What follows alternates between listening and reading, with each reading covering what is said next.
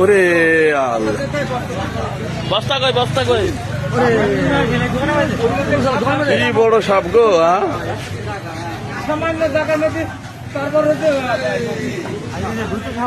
ওরে বাবা বাবা,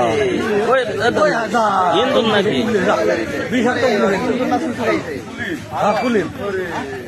ও কি ইন্দুর নাকি?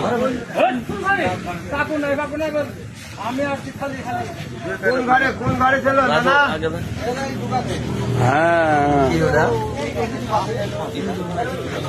আরে বিকাল সাপ ওখান থেকে আনার মতন তো কোনো ক্যাপাসিটি নেই। বস্তা শুনে আর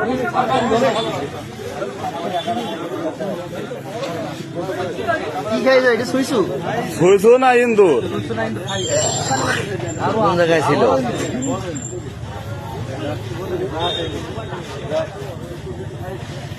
শালা নানা আবার বস্তা ভিতরে পুড়িয়ে ফেললো। হ্যাঁ, সাপ কেনে যাবে ইন্ডিয়ায় বিক্রি করবে।